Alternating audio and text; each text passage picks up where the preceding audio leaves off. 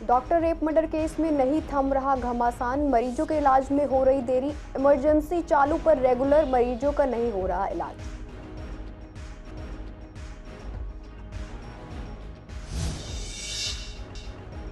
बारिश के 24 घंटे बाद भी भरा हुआ है पानी। जलभराव से बचने के इंतजाम हुए फेल। बदबूदार पानी के बीच से गुजर रहे लोग। प्रशासन भी नहीं दे रहा समस्या पर ध्यान।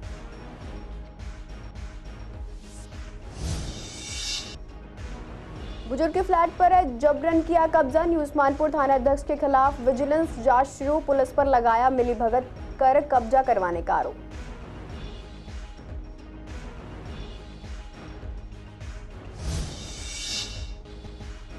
सीमापुरी पुलिस ने एक हथियार को किया गिरफ्तार। एक देसी पिस्तौल और खाली कारतूस हुआ बरामद। मामले में आगे की जांच जारी।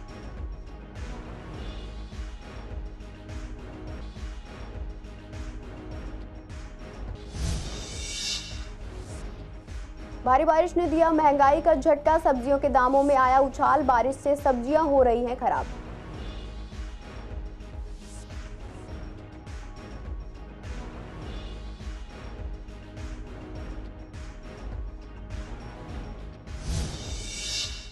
नमस्कार, आप देख रहे हैं सीसीएन लाइव। मैं हूं आपके साथ शिवानी तिवारी। स्वागत है आपका हमारे खास कार्यक्रम पूर्वी दिल्ली खास में। बुलेटिन की शुरुआत करते हैं कुछ खास खबरों के साथ। Kolkata doctor rape murder case में घमासान थमता नहीं दिख रहा है। पूर्वी दिल्ली के अस्पतालों में डॉक्टरों का प्रदर्शन अभी भी जारी है, जिसके कारण मरीजों का बुरा हाल है। इसको लेकर जब संवाददाता ने डॉक्टर से बात की तो उनका कहना था कि ओपीडी पूरी तरीके से बंद नहीं है। सीनियर डॉक्टर ओपीडी चला रहे हैं। वहीं तीमारदारों का कहना था कि जिनके मरीज एडमिट है उनका इलाज तो हो रहा है, लेकिन जो ओपीडी में दवाई लेने आते हैं उन्हें जल्दी से देखा नहीं जाता है। काफी दूर दूर से मरीज आ रहे हैं पर उनका इलाज नहीं मिल पा रहा है। वहीं इमरजेंसी भले ही चालू हो पर इमरजेंसी में रेगुलर मरीजों को देखा नहीं जा रहा है। सर, हमारी जो हड़ताल है बेसिकली हमारा प्रोटेस्ट है और हम लोग ओपीडी नहीं कर रहे हैं, सीनियर रेजिडेंट जूनियर रेजिडेंट, लेकिन ओपीडी हमारे सीनियर डॉक्टर्स द्वारा की जा रही हैं। तो मरीज़ देखे जा रहे हैं। नो डाउट थोड़ा सा डिले हो रहा है क्योंकि हमारे जो फैकल्टीज़ हैं और जो मरीज़ का जो रेशो है वो थोड़ा सा उसको डिपेंड करते हुए थोड़ा सा मरीज़ को टाइम लग रहा है। लैब सर्विसेज भी चालू हैं। एमरजेंसी सर अभी भी चालू है, पहले भी चालू थी और आगे भी चालू रहेगी। हमारे लिए फर्स्ट प्रायोरिटी हमारे पेशेंट हैं और वही चीज़ को हम आगे रखते हुए हम अपनी सेफ्टी की डिमांड कर रहे हैं, क्योंकि जब तक हम अपना 100% नहीं दे पाएंगे, जब तक हम खुद सेफ महसूस नहीं करेंगे, सेफ फील नहीं करेंगे। सर अभी आए हैं और डेट को ये तो है नहीं कि 12 बजे ये कह रहे हैं कि सब 11 साढ़े 11 बजे बंद कर दिया, तो थोड़ा तो ध्यान देना चाहिए। अब जो डिलीवरी के लिए आए हैं पेशेंट तो उन्हें तो देखें। अभी तो सर हम डेट गिरवाने आए थे, अब इन्होंने डेट ही नहीं गिरी, बंद कर रखा है। छोटा बच्चा घर छोड़ के आए, अब पूरा टाइम चल रहा है, डॉक्टर ने इस टाइम का ही बताया, अब ये बंद करके बैठे हैं। ऐसे में कहाँ जाएंगे अब? मरीज़ तो भैया जो सफ़र कर रहे हैं वो कर ही रहे हैं, लेकिन ये बंगाल की जो गवर्नमेंट है उसकी बहुत बड़ी मतलब जो है गलती है कि वो आए दिन वो कांड करते रहते हैं कुछ ना कुछ बंगाल में। कभी पब्लिक को भड़का के कर देंगे, जैसे हॉस्पिटल में उन्होंने तोड़ फोड़ कर दी सारी, और फिर इमरजेंसी में तोड़ फोड़ कर दी, और कॉन्फ्रेंस हॉल में तोड़ फोड़ कर दी। और ये सब सरकार जो है कंट्रोल कुछ भी नहीं कर पा रही बंगाल में। उसकी वजह से इस जगह जगह ये दिक्कत आ रही है। दिक्कतें सारी दिक्कत हैं। जीते जी यहाँ पे वो तो चलो जो होना था हो गया, यहाँ पे तो मरीज मर रहा है ना, यहाँ परेशान तो मरीज हो रहा है। क्या करेंगे बताइए आप? काम तो गवर्नमेंट का देखने का है ना, हम तो सब उसके साथ हैं, लड़की के साथ हमारी सारी पूरी संवेदनाएं हैं, लेकिन जो मरीज जो है डॉक्टर को भी संवेदना देखनी चाहिए, अपना काम करते रहना चाहिए। हड़ताल अपनी जगह ठीक है, लेकिन अपने मरीजों को नहीं। बारिश ने प्रशासन के दावों की पोल फिर खोलकर रख दी है। तेज बारिश ने सरकार के सारे दावों पर पानी फेर दिया है। ऐसे में प्रशासन कितने भी दावे कर ले कि बरसात से पहले जलभराव से बचने के लिए इंतजाम पूरे कर लिए गए हैं, लेकिन जैसे ही तेज बरसात होती है ये सारे दावे पानी में बहते नजर आते हैं।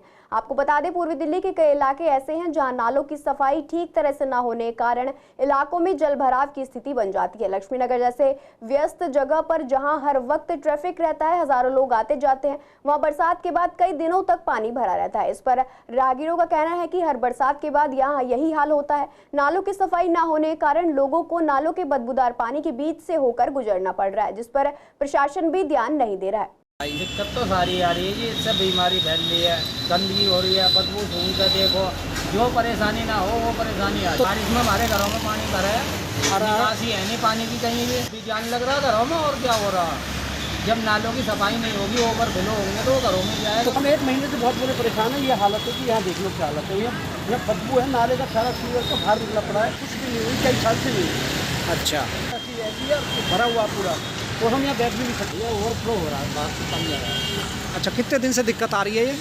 जब से बारिश हो। पूरी दिल्ली में एक बुजुर्ग के फ्लैट पर कब्जा करने का आरोप लगाया गया है। मामले में पीड़ित पक्ष ने पुलिस पर मिलीभगत कर कब्जा करवाने का आरोप लगाया। बताते थानाध्यक्षों पर जबरन मकान कब्जा करवाने के आरोप थमने का नाम नहीं ले रहे हैं। कुछ सप्ताह पहले करावल नगर थाने में इसी थाने के थानाध्यक्ष के खिलाफ धोखाधड़ी का केस दर्ज हुआ था। अब न्यूज मानपुर थानाध्यक्ष सुखराम पाल पर एक बुजुर्ग ने जबरन फ्लैट कब्जा करवाने का आरोप लगाया। उन्होंने सबूत के तौर पर मोबाइल की कॉल रिकॉर्डिंग और सीसीटीवी कैमरे के फुटेज पेश किए।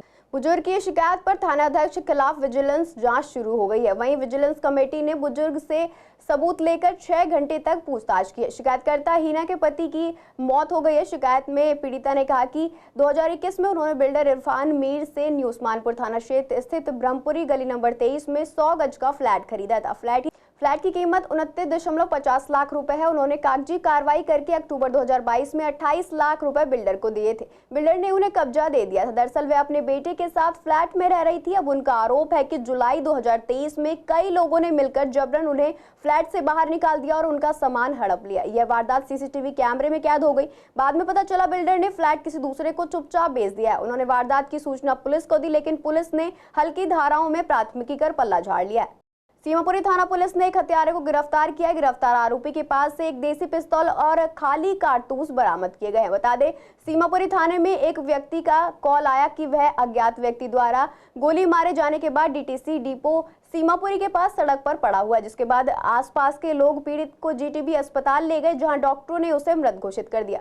मौके पर पहुंची पुलिस ने आर्म्स एक्ट के तहत सीमापुरी थाने में मामला दर्ज किया और जांच शुरू की। जांच के लिए एक टीम का गठन किया गया। बता दें, जांच में पता चला कि आरोपी और पीड़ित एक दूसरे को जानते थे। अपराध के बाद अजीम घटनास्थल से भाग गया और छिप गया, जिसके बाद पुलिस ने न्यू सीमापुरी और आसपास के इलाकों में कई छापेमारी की और सूचना के आधार पर कार्रवाई करते हुए आरोपी अजीम को नन्नगरी से गिरफ्तार कर लिया। साथ ही उसके पास से एक देसी पिस्तौल और खाली कारतूस भी बरामद किया है। पूछताछ के दौरान अजीम ने स्वीकार किया कि वह पीड़ित एक दूसरे को कई सालों से जानते थे। बता दें, अजीम सीमापुरी में किराए की कसाई की दुकान चलाता है और शादी के पिछले 7-8 महीनों से अपनी पत्नी के साथ इलाके में रह रहा है, जबकि उसका परिवार धामपुर में रहता है। वहीं पीड़ित आसिफ गाजियाबाद के लोनी में एक जींस फैक्ट्री में काम करता था और अपनी मां और छोटे भाई के साथ रहता था। अजीम ने खुलासा किया कि उसका और आसिफ का सीमापुरी में एक स्थानीय चाय की दुकान पर लगभग 2 बजे झगड़ा हुआ था। पिछले विवाद से संबंधित हाथापाई तब बढ़ गई जब अजीम ने एक अवैध बंदूक लेकर आसिफ को गोली मार दी और घटनास्थल से भाग गया। आगे उसने बताया कि गिरफ्तारी से बचने के लिए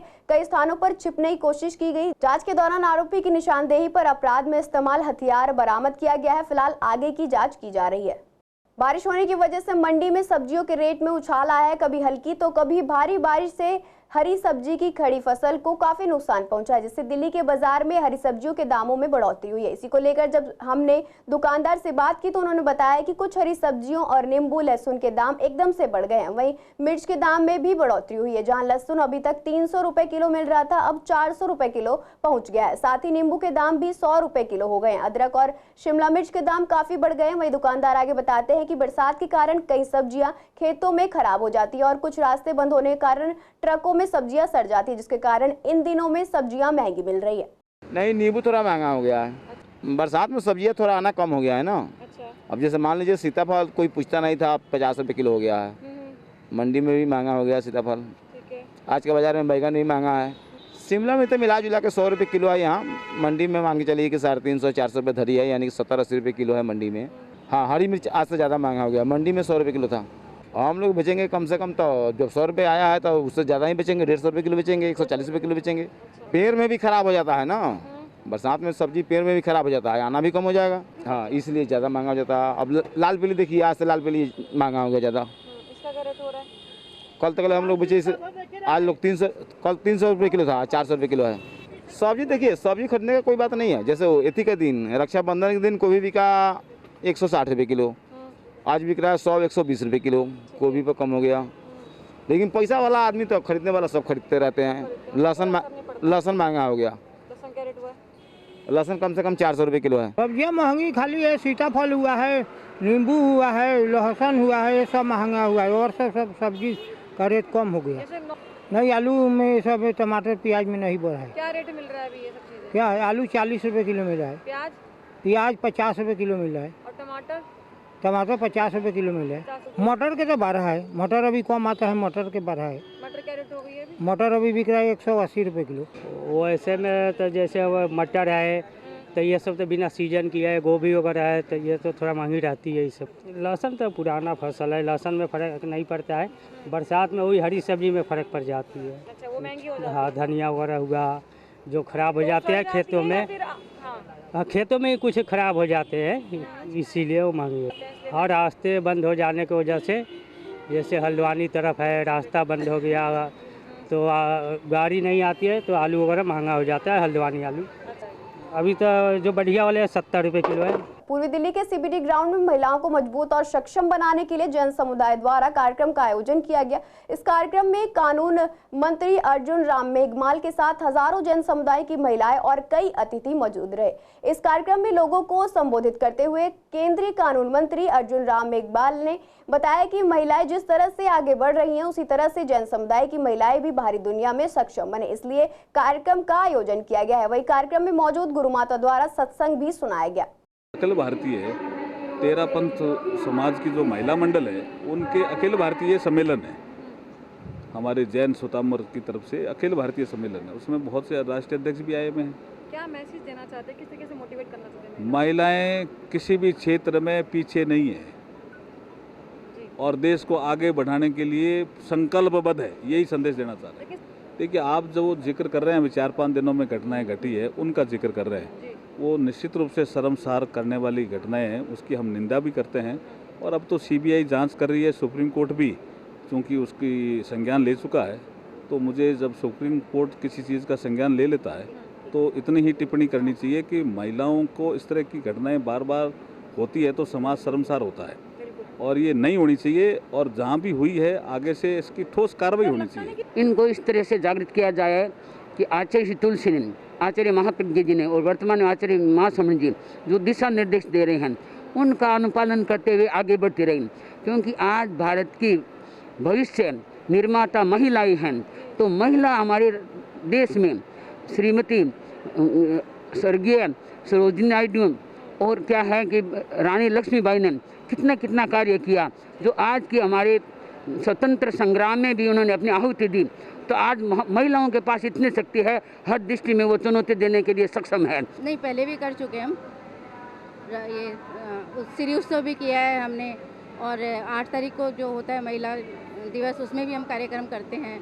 जगह जगह नुक्कड़ नाटक होते हैं, नुक्कड़ नाटक के माध्यम से हम महिलाओं को जोड़ने की कोशिश करते हैं और उनकी जो प्रॉब्लम है उसको उस नाटक के माध्यम से हम दिखाते हैं। महिलाओं के लिए यही मैं मैसेज देना चाहूँगी कि महिला शक्ति संपन्न, सर्वशक्ति संपन्न है, और आज महिला क्या नहीं कर सकती। जैसा कि हमारे कानून मंत्री आए थे वो बोल के भी गए थे, महिला में वो मतलब महिला हर तरह से सक्षम है, और महिला यदि मैदान पर उतरेगी तो भारत का जो स्वप्न है वो अतिशीघ्र पूरा होने वाला है। और भारत के विकास के लिए, भारत की उत्थान के लिए, भारत की महिलाओं की सुरक्षा के लिए आज जो वातावरण बना हुआ है चारों ओर सुरक्षा को लेकर, इसमें महिलाओं को मैदान में उतरने की ज़रूरत है। और निश्चित तौर पर जिस दिन वो झांसी की रानी बनकर मैदान में उतरेगी उस दिन ये जो प्रॉब्लम्स आ रही है, महिलाएं असुरक्षित हो रही है, महिलाएं अपने आप को एक तरह से ऐसे केसेस देख के कमज़ोर समझ रही है, वो एकदम बेजोड़ हो जाएगी। आज महिला मंडल का जो मेन उद्देश्य है कि जो हमारी बहनें हैं वो विकास तो बहुत कर लिया है, लेकिन सर्वांगीण विकास कैसे हो, आज भी वो अपने आप को असुरक्षित समझ रही है। जिस तरह के कांड आ रहे हैं तो उसको और अधिक सबल बनने की ज़रूरत है। आज हम लोग प्रबंधन कार्यशाला का आयोजन कर रहे हैं। इसका उद्देश्य हमारा है कि हम राष्ट्र में महिलाओं का क्या योगदान और बढ़ सकता है और क्या हो सकता है। जैन समाज, मैं कह सकती हूँ बहुत गौरव के साथ, एक ऐसा समाज है जो पिछले कई वर्षों से हर फील्ड में निरंतर महिलाओं को अग्रसर और आगे रखता है। उदाहरणतः अगर मैं तेरा पंथ धर्म संघ की बात करूँ तो हमारे तेरा पंथ महिला मंडल के अंदर लगभग 60,000 बहनें हैं इंडिया और नेपाल के अंदर मिला के, जिसमें लगभग 500 ब्रांचेस के अंतर्गत हमारी 60,000 बहनें काम करती है। कन्याओं को अगर हमारे क्षेत्र में देखूँ तो लगभग 3-3,500 कन्याओं का हमारा स्ट्रेंथ है, जो कि भारत का सबसे बड़ा कन्या मंडल के रूप में निखर कर आ रहा है। पूरे दिल्ली में कई पेड़ों की कटाई ठीक तरह से न होने के कारण ये पेड़ या तो झुक जाते हैं या फिर तेज बरसात के कारण टूट कर गिर जाते हैं, जिससे लोगों को काफी दिक्कतों का सामना करना पड़ता है। ऐसे में विश्वासनगर की पुलिया के पास लगा पेड़ बीती रात को टूट कर गिर गया। लोगों को पूरी जानकारी नहीं है कि ये बरसात के कारण गिरा या फिर किसी भारी वाहन की वजह से, लेकिन अब इससे लोगों को काफी समस्या हो रही है। इसी को लेकर लोगों ने बताया कि ये पेड़ पहले पूरे रोड पर फैला हुआ था, जिससे जाम लगता था। आगे उन्होंने कहा कि फिलहाल विभाग के लोगों ने केवल पेड़ के आगे के हिस्से को काट कर हटा दिया है और बाकी हिस्सा रोड पर पड़ा हुआ है, जिससे तेज स्पीड से आने वाले वाहनों को काफी दिक्कतें हो रही हैं। लोगों का कहना है कि प्रशासन को इस पर और ध्यान देना चाहिए और पेड़ को यहां से हटा देना चाहिए, जिससे समस्या से निजात मिल सके। दिक्कतें क्या हो रही है, रोड जाम हो जाता है, ये जाम लग जाता है, बस ये दिक्कतें हो रही है। और ऊपर से ना रात को है ना, जिसमें पत्थर वगैरह बदरपुर रोड वगैरह आती है, आगे फ्लैट बन रहे, तो उसकी वजह से टक्कर लग के पेड़ गिर गया है। काफ़ी झुकावा भी है, एक्सीडेंट भी हो जाता है। कल एक बंदा भी मरते मरते बचा है, उसे दिखा नहीं, गाड़ी एकदम तेज चला है, उसने तो लग गया इसके, पूरी गाड़ी करके पलट गया बंदा। अब देखो ये तो हमारे साथ यहाँ तो भी पहली बार ही हुआ है, बाकी देखते हैं भाई। एमसीडी तुम्हें पता ही है कैसा काम करती है। होना क्या चाहिए ऐसे? होना क्या चाहिए, साफ सफाई रखे तो अच्छी बात है जी। हाँ, कटिंग वगैरह टाइम से टाइम हर चीज़ होगी तो फिर नुकसान होगा ही क्यों। ये लगा हुआ है ना, इसमें लग जाता है, गाड़ी चलाते हैं, स्कूटर जाते हैं ना, तो इसमें भी लग जाता है। अच्छा, होना क्या चाहिए ऐसे में?